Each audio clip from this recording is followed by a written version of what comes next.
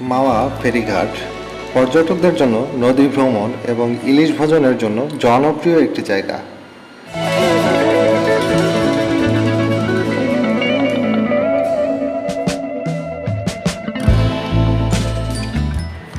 চলুন যাওয়া যাক মাওয়া ঘাট কিভাবে যাবেন জেনে নেই। ঢাকার গুলিস্তান ও যাত্রাবাড়ি থেকে বিআরটিসি কিংবা ইলিশ পরিবহন বাসে চড়ে 70-80 টাকা ভাড়ায় সরাসরি মাওয়া ঘাটে যেতে পারেন। এছাড়াও মিরপুর 10, ফার্মগেট, শাহবাগ থেকে স্বাধীনতা পরিবহন মাওয়া ফেরিঘাটে যাত্রা করে থাকে।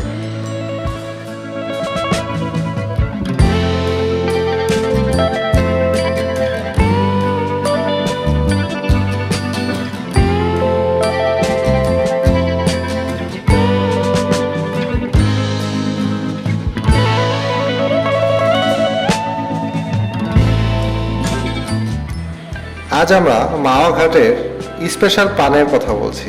এখানে স্পেশাল পান বা আগুন পান বললে অনেকেই আপনাকে দেখিয়ে দিবে কোন জায়গা থেকে খেতে হবে। মূলত এখানে যখন আপনি যাবেন তখন 30 থেকে শুরু করে 100-150 টাকা 200 টাকা পর্যন্ত পান পাবেন। পান যখন আপনি খেতে চাবেন তখন জ্বলন্ত আগুন দিয়ে আপনার মুখে দিয়ে দেওয়া হবে। হ্যাঁ, তবে মুখটি পুড়বে না। যথাযথ সময়ে আপনি আপনার পানটি চিবিয়ে খেতে পারবেন।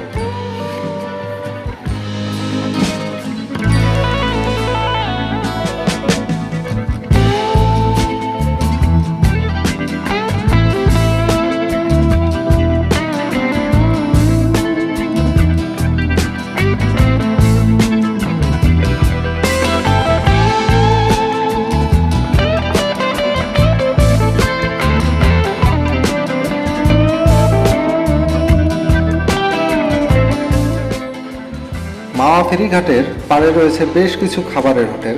দেশের বিভিন্ন স্থান থেকে ইলিশ খাওয়ার জন্য অনেকেই মাওয়া ঘাটে ছুটে আসেন। এখানকার মাছের রাজায় ইলিশ ছাড়াও অনেক বাহারি প্রজাতির মাছ পাওয়া যায়।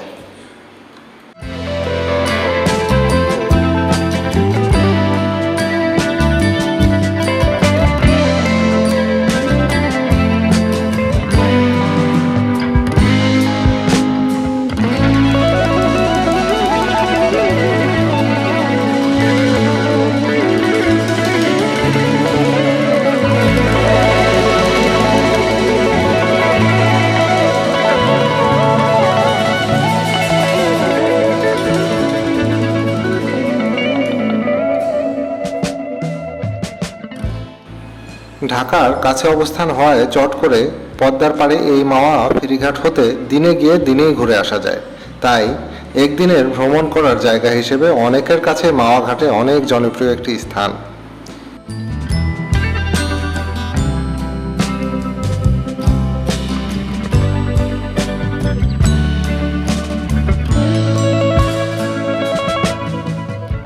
রূপালী জলের ঝিকিমিকি দেখতে দেখতে পার করে দূর হেঁটে যায় কিংবা পদ্মা পাড়ে শান্ত সবুজ গ্রামের যান্ত্রিকতা ও কোলাহল মুক্ত পরিবেশে আপনাকে আচ্ছন্ন করে রাখে। নৌকায় ঘুরে দেখতে পারেন পদ্মার বুকে সূর্যাস্তের দৃশ্য।